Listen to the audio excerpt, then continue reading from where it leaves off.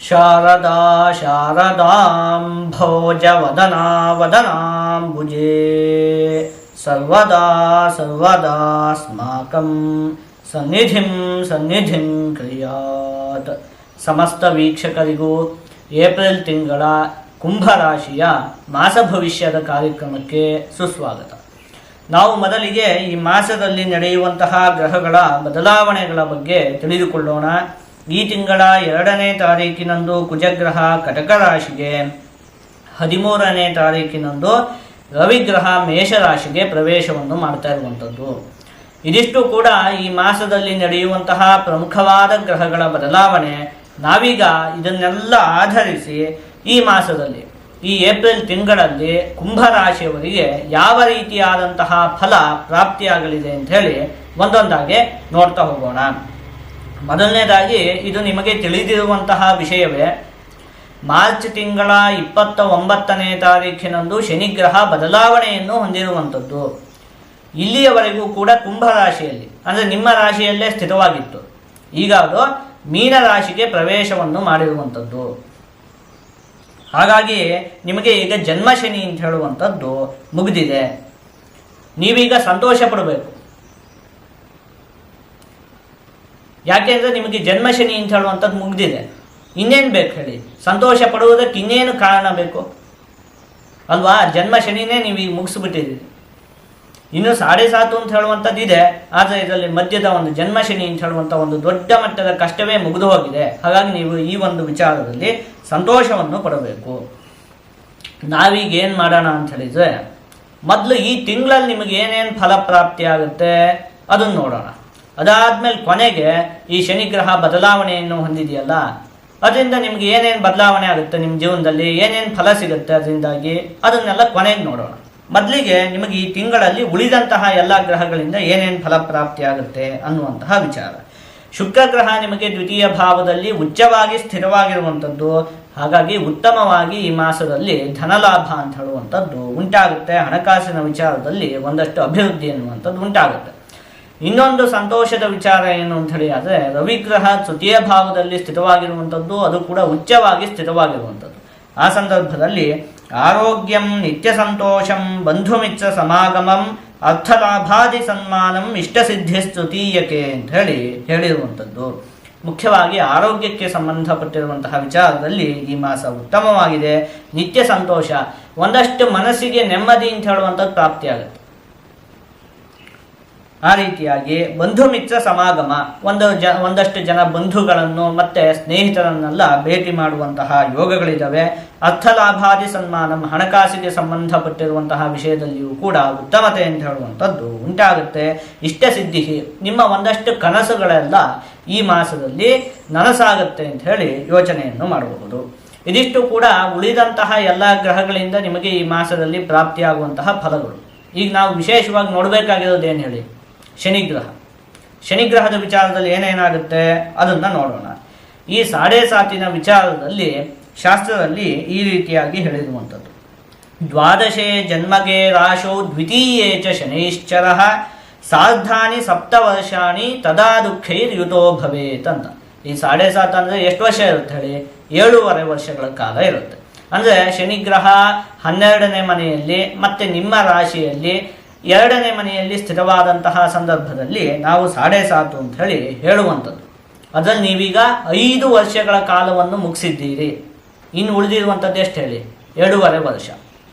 ಅದರಲ್ಲೂ ಕೂಡ ಮುಖ್ಯವಾದ ವಿಷಯ ಏನು ಅಂತ ಹೇಳಿ ಆದರೆ, ಈ 7.5 ಅತಿ ಹೆಚ್ಚು ಕಷ್ಟ ಉಂಟಾಗುವಂಥದ್ದು ಅಥವಾ ಅತಿ ಹೆಚ್ಚು ದುಃಖ ಉಂಟಾಗುವಂತಹ ಸಮಯ ಯಾವುದು ಅಂತ ಹೇಳಿ ಆದರೆ ಅದು ಜನ್ಮಶನಿ. ಈ ಜನ್ಮಶನಿ ಅಂತ ಹೇಳುವಂಥದ್ದು ನಿಮಗೆ ಈಗ ಮುಗಿದಿದೆ. ಅದಕ್ಕೆ ನೀವು ಸಂತೋಷವನ್ನು ಪಡಬೇಕು. ಇನ್ನೂ ಕೂಡ 7.5 ಅಂತ ಹೇಳುವಂಥದ್ದು ಇನ್ನೂ 2 ವರ್ಷ ಇದೆ. ಆದರೆ ಜನ್ಮಶನಿ ಅಂತ ಹೇಳುವಂಥದ್ದು ಮುಗಿದಿದೆ. ನಿಮಗೆ ಉದಾಹರಣೆಗೆ ಹೇಳಬೇಕು ಅಂತ ಹೇಳಿ ಆದರೆ, ನಾನು ಇದನ್ನು ಅನೇಕ ಸಲ ಕೂಡ ಹೇಳಿದ್ದೀನಿ, ಈಗಲೂ ಕೂಡ ಹೇಳ್ತೀನಿ ನೋಡಿ. ನಾವೊಂದು ಈಗ ಕಾಫಿನ ಕುಡಿತಾ ಇರ್ತೀವಿ. ಅದ್ರ ಮಧ್ಯದಲ್ಲಿ ಯಾರೋ ಒಂದು ತುಂಬ ಸಿಹಿಯಾಗಿರುವಂಥ ಒಂದು ಸ್ವೀಟನ್ನು ತಂದು ಕೊಡ್ತಾರೆ. ಆ ಸ್ವೀಟನ್ನು ನಾವು ತಿಂದು ನಂತರ ಕಾಫಿಯನ್ನು ಕುಡಿಯುವುದಕ್ಕೆ ಹೋದರೆ ನಮಗೇನಾಗುತ್ತೆ ಹೇಳಿ? ಕಾಫಿ ಚಪ್ಪೆ ಅಂತ ಹೇಳಿ ಅನಿಸೋದಕ್ಕೆ ಶುರುವಾಗುತ್ತೆ. ಯಾಕೆ ಹೇಳಿ? ವಾಸ್ತವವಾಗಿ ಅದು ಸಿಹಿಯಾಗೇ ಇರುತ್ತೆ, ಆದರೆ ನಾವು ತಿಂದಿರುವಂತಹ ಸ್ವೀಟು ಅದಕ್ಕಿಂತಲೂ ಸಿಹಿಯಾಗಿರುತ್ತಲ್ಲ. ಹಾಗಾಗಿ ನಮ್ಮ ನಾಲ್ಗೆ ಅದಕ್ಕಿಂತಲೂ ಅತಿ ಹೆಚ್ಚು ಸಿಹಿಯನ್ನು ನೋಡಿರೋದ್ರಿಂದಾಗಿ ಈ ಒಂದು ಕಾಫಿಯಲ್ಲಿರುವಂತಹ ಸಿಹಿ ಅಂತ ಹೇಳುವಂಥದ್ದು ನಮ್ಮ ಅನುಭವಕ್ಕೆ ಬರೋದಿಲ್ಲ. ಇದು ನಿಮ್ಮ ಜೀವನದಲ್ಲೂ ಕೂಡ ಅನುಭವ ಆಗಿರುತ್ತೆ. ಅದೇ ರೀತಿಯಾಗಿ ಈಗೇನು ನಿಮಗೇನು 7.5 ಮುಗ್ದಿಲ್ಲ, ಇನ್ನೂ ಕೂಡ 2.5 ವರ್ಷ ಇದೆ. ಅದರಲ್ಲೂ ಕೂಡ ಕೆಲವೊಂದಷ್ಟು ಕಷ್ಟಗಳು ಅಂತ ಹೇಳುವಂಥದ್ದು ಉಂಟಾಗತ್ತೆ. ಆದರೆ ಇಲ್ಲೊಂದು ವಿಚಾರ, ಈ ಜನ್ಮ ಶನಿ ಅಂತ ಹೇಳುವಂಥದ್ದು ಸಿಕ್ಕಾಪಟ್ಟೆ ಕಷ್ಟಗಳು ಉಂಟಾಗುತ್ತೆ. ಅಷ್ಟು ಕಷ್ಟ ಇಲ್ಲಿ ಉಂಟಾಗುವುದಿಲ್ಲ. ಹಾಗಾಗಿ ಅಂತಹ ದೊಡ್ಡ ಕಷ್ಟನೇ ಅನುಭವಿಸಿರುವಂತಹ ವ್ಯಕ್ತಿಗೆ ಈಗ ಇಲ್ಲೂ ಉಂಟಾಗುವಂತಹ ಸಣ್ಣ ಪುಟ್ಟ ಕಷ್ಟ ಅಂತ ಹೇಳೋದು ಅನುಭವಕ್ಕೆ ಬರುವುದಿಲ್ಲ. ಒಬ್ಬ ವ್ಯಕ್ತಿ ಒಂದು 100 kg ಮೂಟೆನ ಎತ್ಕೊಂಡು ಹೋಗ್ತಿದ್ದಾನೆ ಅಂತ ಹೇಳಿ ಆದ ಪಕ್ಷದಲ್ಲಿ ನಾವು ಅವನಿಂದ 100 kg ಮೂಟೆಯನ್ನು ಕೆಳಗಿಳಿಸಿ ಅವನಿಗೊಂದು 25 kg ಮೂಟೆನ ಅವನ ತಲೆ ಮೇಲೆ ಇಟ್ಟರೆ ಅವನಿಗೆ ಅವಾಗ ಅದು ಕಷ್ಟ ಅಂತ ಹೇಳಿ ಅನ್ಸುತ್ತಾ? ಯಾಕಂದ್ರೆ ಅವ್ನು 100 kg ಮೂಟೆನೇ ಹೊತ್ಕೊಂಡು ಹೋಗ್ತಿರ್ತಾನೆ. ಈಗ ಇಟ್ಟಿದ್ದು ಕೇವಲ 25 kg. ಹಾಗೆ ಇನ್ನೂ ಕೂಡ 7.5 ಅಂತ ಹೇಳುವಂಥದ್ದು ಇದ್ರೂ ಕೂಡ ಈಗ ಪ್ರಕೃತವಾಗಿ ಜನ್ಮಶನಿ ಅಂತ ಹೇಳುವಂಥದ್ದು ಮುಗ್ದಿರೋದ್ರಿಂದಾಗಿ ಇನ್ನು ಮುಂದೆ ಅತಿ ಹೆಚ್ಚು ಕಷ್ಟ ಅಂತ ಹೇಳುವಂಥದ್ದು ನಿಮಗೆ ಅನುಭವಕ್ಕೆ ಬರುವುದಿಲ್ಲ. ಹಾಗಾಗಿ ಇದೊಂದು ವಿಚಾರವನ್ನು ನಾವಿಲ್ಲಿ ಗಮನಿಸಬೇಕು. ಈಗ ಈ ಶನಿ ಗ್ರಹದಿಂದ ಏನೇನು ಫಲಪ್ರಾಪ್ತಿಯಾಗುತ್ತೆ ಅನ್ನುವಂತಹ ವಿಚಾರವನ್ನು ನೋಡೋಣ. ಇದನ್ನು ನಾವು 2 ವಿಭಾಗ ಮಾಡಿಕೊಳ್ಬೇಕಾಗತ್ತೆ. ಮೊದಲನೇದು, ಈ ಹಿಂದೆ ಜನ್ಮಶನಿ ನಡೀತಾ ಇತ್ತಲ್ಲ, ಈ 2.5 ವರ್ಷ, ಈ ಹಿಂದೆ 2.5 ವರ್ಷ ಏನೇನು ಫಲಪ್ರಾಪ್ತಿ ಆಯಿತು ಅಂತ ಹೇಳಿ ನೋಡೋಣ.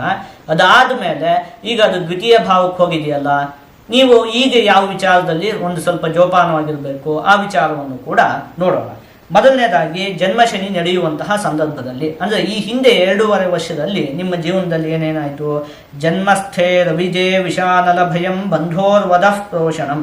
ಮುಖ್ಯವಾಗಿ ಅನೇಕ ವಿಷಯಗಳಲ್ಲಿ ಸಮಸ್ಯೆ ಅನ್ನುವಂಥದ್ದು ಉಂಟಾಯಿತು. ಮುಖ್ಯವಾಗಿ 1-2 ವಿಚಾರದಲ್ಲಿ ನಾನು ಹೇಳ್ತಾ ಇದ್ದೀನಿ. ಅದೇನು? ವಿಷಾನಲ ಭಯಂ ಅಂದರೆ ತಿನ್ನುವಂತಹ ಆಹಾರವೇ ಒಂದು ಸ್ವಲ್ಪ ಮಟ್ಟಿಗೆ ವಿಷವಾಯಿತು ಅಂತ, ಅಂದರೆ ಈ ಫುಡ್ ಪಾಯ್ಸನ್ ಆಗಿರಬಹುದು. ಒಟ್ಟಲ್ಲಿ ಆರೋಗ್ಯಕ್ಕೆ ಸಂಬಂಧಪಟ್ಟಿರುವಂತಹ ವಿಚಾರದಲ್ಲಿ ನೀವು ಒಂದಷ್ಟು ಸಮಸ್ಯೆಯನ್ನು ಅನುಭವಿಸಿದ್ದೀರಿ. ಮತ್ತು ಮನಸ್ಸಿಗೂ ಕೂಡ ಸಿಕ್ಕಾಪಟ್ಟೆ ಚಿಂತೆಗಳು, ಮನಸ್ಸಿಗೆ ನೆಮ್ಮದಿ ಅಂತ ಹೇಳುವಂಥದ್ದೇ ಇರಲಿಲ್ಲ ಈ ಒಂದು 2.5 ವರ್ಷದಿಂದಾಗಿ. ಅದಾದಮೇಲೆ ಮುಖ್ಯವಾಗಿ ನಿಮಗೆ ಬೇಕಾದಂತಹ ವ್ಯಕ್ತಿಗಳ ಜೊತೆಗೆ ವಿಯೋಗ ಅಂತ ಹೇಳುವಂಥದ್ದು ಉಂಟಾಯಿತು. ಅಂದರೆ ಅವರಿಂದ ಏನೋ ಒಂದಷ್ಟು ಕಾರಣಕ್ಕಾಗಿ ದೂರ ಇರುವಂಥದ್ದು ಇರಬಹುದು, ಅಥವಾ ನಿಮಗೆ ಬೇಕಾದಂತಹ ವ್ಯಕ್ತಿಗಳ ಜೊತೆಗೆ ಮನಸ್ತಾಪ ಉಂಟಾಗುವಂಥದ್ದು ಇರಬಹುದು. ಒಟ್ಟಲ್ಲಿ ನಿಮಗೆ ಬೇಕಾದಂತಹ ಆತ್ಮೀಯರ ಜೊತೆಗೆ ಒಂದಷ್ಟು ವಿಯೋಗಗಳು ಉಂಟಾಯಿತು ಅಂತ ಹೇಳಿ ಯೋಚನೆಯನ್ನು ಮಾಡಬಹುದು. ಇದಿಷ್ಟು ಕೂಡ ಜನ್ಮಶನಿ ನಡೆಯುವಂತಹ ಸಂದರ್ಭದಲ್ಲಿ ಹೇಳಿರುವಂತಹ ಫಲಗಳು. ಮುಖ್ಯವಾಗಿ ಇದಿಷ್ಟು, ಇನ್ನೂ ಕೂಡ ಅನೇಕ ಸಮಸ್ಯೆಗಳು ಉಂಟಾಯಿತು. ಇದಿಷ್ಟು ಈ ಹಿಂದೆ 2.5 ವರ್ಷದಲ್ಲಿ ನಡೆದಿರುವಂಥದ್ದು. ಈಗಿನ್ನೂ ಕೂಡ 7.5 ಅಂತ ಹೇಳುವಂಥದ್ದು ಉಂಟು. ಮುಂದೆ ಹಾಗಾದರೆ ಯಾವ ವಿಚಾರದಲ್ಲಿ ಇನ್ನು 2.5 ವರ್ಷದಲ್ಲಿ ಜೋಪಾನವಾಗಿರಬೇಕು ಅಂತ ಹೇಳಿ ಅಂದರೆ, ಸಮಂ ವಕ್ತಿ ಮಿತ್ರೇಣ ತಿಕ್ತಂ ವಚೋಪಿ ಅಂತ ಹೇಳಿ ಹೇಳಿರುವಂಥದ್ದು. ಮಾತಿನ ವಿಚಾರದಲ್ಲಿ ನೀವು ಒಂದು ಸ್ವಲ್ಪ ಜೋಪಾನವಾಗಿ ಇರಬೇಕಾಗತ್ತೆ. ಅತಿ ತೀಕ್ಷ್ಣವಾಗಿ ನೀವು ಮಾತನ್ನು ಆಡುವುದಕ್ಕೆ ಹೋಗಬಾರ್ದು, ಆಯಿತಾ? ನೀವೇನೋ ಒಂದನ್ನು ಹೇಳ್ಬಿಡ್ತೀರಿ, ಅದು ಎದುರುಗಡೆ ಇರುವಂತಹ ವ್ಯಕ್ತಿಗಳಿಗೆ ಮನಸ್ಸಿಗೆ ನೋವಾಗುತ್ತೆ. ಆ ರೀತಿಯೆಲ್ಲ ಮಾಡುವುದಕ್ಕೆ ಹೋಗಬಾರ್ದು, ತೀಕ್ಷ್ಣವಾಗಿ ಮಾತನ್ನು ಆಡಬಾರದು. ಇದೊಂದು ವಿಚಾರದಲ್ಲಿ ಜೋಪಾನವಾಗಿರಬೇಕು. ಎರಡನೇದು, ಹಣಕಾಸಿಗೆ ಸಂಬಂಧಪಟ್ಟಿರುವಂತಹ ವಿಚಾರದಲ್ಲಿ ನೀವು ಜೋಪಾನವಾಗಿರಬೇಕಾಗತ್ತೆ. ಅಂದರೆ ಹಣಕಾಸಿನ ವಿಚಾರದಲ್ಲಿ ಒಂದು ಸ್ವಲ್ಪ ವಂಚನೆಗಳು ಉಂಟಾಗುವುದಕ್ಕೆ ಅವಕಾಶ ಇರುತ್ತೆ. ಹಾಗಾಗಿ ಯಾರಿಗೋ ಸಾಲವನ್ನು ಕೊಡುವಂಥದ್ದು ಇಂಥದ್ದನ್ನೆಲ್ಲ ಈ ಮುಂದಿನ 2.5 ವರ್ಷದಲ್ಲಿ ನೀವು ಮಾಡದೇ ಇರುವಂಥದ್ದೇ ಒಳ್ಳೆಯದು. ಮಾಡಿದರೆ ಅದು ನಿಮಗೆ ವಾಪಸ್ ಬರುವುದಿಲ್ಲ. ಆ ರೀತಿಯಾದಂತಹ ಸಮಸ್ಯೆಗಳು ಉಂಟಾಗೋದಕ್ಕೆ ಅವಕಾಶ ಇರುತ್ತೆ. ಇನ್ನು ಇದಿಷ್ಟು ಈಗ ಶನಿಗ್ರಹದ ವಿಚಾರದಲ್ಲಿ ಏನೇನು ಫಲಪ್ರಾಪ್ತಿ ಆಗುತ್ತೆ ಅಂತ ಹೇಳಿ ನೋಡಿದ್ವಿ. ಯಾವ್ಯಾವ ವಿಚಾರದಲ್ಲಿ ನೀವು ಜೋಪಾನವಾಗಿರಬೇಕು ಅನ್ನುವಂತಹ ವಿಷಯವನ್ನು ಕೂಡ ನಾನು ಹೇಳಿದ್ದೇನೆ. ಇನ್ನು ಈ ಒಂದು ವರ್ಷದ ವಿಚಾರವನ್ನು ನೋಡುವಂತಹ ಸಂದರ್ಭದಲ್ಲಿ ಈ ವರ್ಷದಲ್ಲಿ ನಿಮಗೆ ಒಂದಷ್ಟು ಚೆನ್ನಾಗಿ ಅಭಿವೃದ್ಧಿ ಅನ್ನುವಂಥದ್ದು ಉಂಟಾಗುತ್ತೆ. ಯಾಕೆ ಅಂತ ಹೇಳಿದರೆ, ಒಂದನೇದು ನಿಮಗೆ ಈಗ ಜನ್ಮಶನಿ ಅಂತ ಹೇಳುವಂಥದ್ದು ಮುಗ್ದಿರುವಂಥದ್ದು, ಹಾಗಾಗಿ ಒಂದಷ್ಟು ಕಷ್ಟ ಅಂತ ಹೇಳುವಂಥದ್ದು ಕಮ್ಮಿ ಆಗುತ್ತೆ. ಎರಡನೇದು ಏನು ಅಂತ ಹೇಳಿ ಅಂದರೆ, ಈ ಮೇ ತಿಂಗಳ ಮಧ್ಯಭಾಗದಲ್ಲಿ ಬೃಹಸ್ಪತಿ ಗ್ರಹ ನಿಮಗೆ ಪಂಚಮ ಭಾವಕ್ಕೆ ಪ್ರವೇಶವನ್ನು ಮಾಡುತ್ತೆ. ಅಲ್ಲಿಂದ ಮುಂದೆ ನಿಮಗೆ ಸಂಪೂರ್ಣವಾದ ಗುರುಬಲ ಅಂತ ಹೇಳುವಂಥದ್ದು ಪ್ರಾಪ್ತಿ ಆಗುತ್ತೆ. ಹಾಗಾಗಿ ಈ ವರ್ಷದಲ್ಲಿ ನಿಮಗೆ ಒಂದಷ್ಟು ಅಭಿವೃದ್ಧಿ ಅನ್ನುವಂಥದ್ದು ಉಂಟಾಗುತ್ತೆ. ಈಗ ನಾವು ಮೊದಲು ಈ ತಿಂಗಳಲ್ಲಿ ನಿಮ್ಗೆ ಏನೇನು ಫಲಪ್ರಾಪ್ತಿ ಆಗುತ್ತೆ ಅಂತ ಹೇಳುವಂತಹ ವಿಚಾರವನ್ನು ನೋಡಿದ್ವಿ. ಅದಾದಮೇಲೆ ಈ ಶನಿಗ್ರಹದಿಂದೆಲ್ಲ ಏನೇನು ಫಲಪ್ರಾಪ್ತಿ ಆಗುತ್ತೆ, ಯಾವ ವಿಚಾರದಲ್ಲಿ ನೀವು ಒಂದು ಸ್ವಲ್ಪ ಜೋಪಾನವಾಗಿರಬೇಕು ಅಂತ ಹೇಳುವಂತಹ ವಿಚಾರವನ್ನು ಕೂಡ ನಾವು ನೋಡಿದ್ವಿ. ಈಗ ಇದನ್ನೆಲ್ಲ ಒಟ್ಟುಗೂಡಿಸಿ ಒಂದೊಂದೇ ವಿಚಾರದಲ್ಲಿ ಈ ತಿಂಗಳಲ್ಲಿ ಯಾವ ರೀತಿಯಾದಂತಹ ಫಲ ಪ್ರಾಪ್ತಿಯಾಗಲಿದೆ ಅಂತ ಹೇಳಿ ನೋಡ್ತಾ ಹೋಗೋಣ. ಮೊದಲನೇದಾಗಿ ಆರೋಗ್ಯಕ್ಕೆ ಸಂಬಂಧಪಟ್ಟಿರುವಂತಹ ವಿಚಾರದಲ್ಲಿ ಈ ಮಾಸ ಉತ್ತಮವಾಗಿದೆ. ಕುಟುಂಬಕ್ಕೆ ಸಂಬಂಧಪಟ್ಟಿರುವಂತಹ ವಿಚಾರದಲ್ಲಿ ನೀವು ತೀಕ್ಷ್ಣವಾದ ಮಾತನ್ನು ಆಡುವುದಕ್ಕೆ ಹೋಗಬಾರ್ದು. ಇನ್ನು ವಿದ್ಯೆಗೆ ಸಂಬಂಧಪಟ್ಟಿರುವಂತಹ ವಿಚಾರದಲ್ಲಿ ವಿದ್ಯಾರ್ಥಿಗಳು ಒಂದು ಸ್ವಲ್ಪ ಪರಿಶ್ರಮ ಪಡಬೇಕು, ಚೆನ್ನಾಗೇ ಇದೆ. ಇನ್ನು ಹಣಕಾಸಿಗೆ ಸಂಬಂಧಪಟ್ಟಿರುವಂತಹ ವಿಚಾರದಲ್ಲಿ ಹಣಕಾಸಿನ ಆಗಮನ ಎಲ್ಲ ಅತ್ಯಂತ ಉತ್ತಮವಾಗೇ ಆಗುತ್ತೆ. ಆದರೆ ದುಂದು ವೆಚ್ಚವನ್ನು ಮಾಡಬಾರ್ದು, ಬಂದಿರುವಂತಹ ಹಣವನ್ನು ಉಳಿಸಿಕೊಳ್ಳಬೇಕು. ಇನ್ನು ಉದ್ಯೋಗಕ್ಕೆ ಸಂಬಂಧಪಟ್ಟಿರುವಂತಹ ವಿಚಾರದಲ್ಲಿ ಈ ಮಾಸ ಅತ್ಯಂತ ಉತ್ತಮವಾಗಿದೆ. ಆದಷ್ಟು ನೀವು ಈ ಮಾಸದಲ್ಲಿ ಆಂಜನೇಯ ಸ್ವಾಮಿಯ ಆರಾಧನೆಯನ್ನು ಮಾಡಬೇಕು. ನೀವು ಹೀಗೆ ಮಾಡುವುದರಿಂದ ನಿಮಗೆ ಯಾವುದೇ ಅಶುಭ ಫಲ ಅಂತ ಹೇಳುವಂಥದ್ದು ಪ್ರಾಪ್ತಿಯಾಗುವುದಿಲ್ಲ. ಜೊತೆಗೆ ಎಲ್ಲ ಶುಭ ಫಲಗಳು ಕೂಡ ಸಂಪೂರ್ಣವಾಗಿ ಪ್ರಾಪ್ತಿಯಾಗುತ್ತೆ.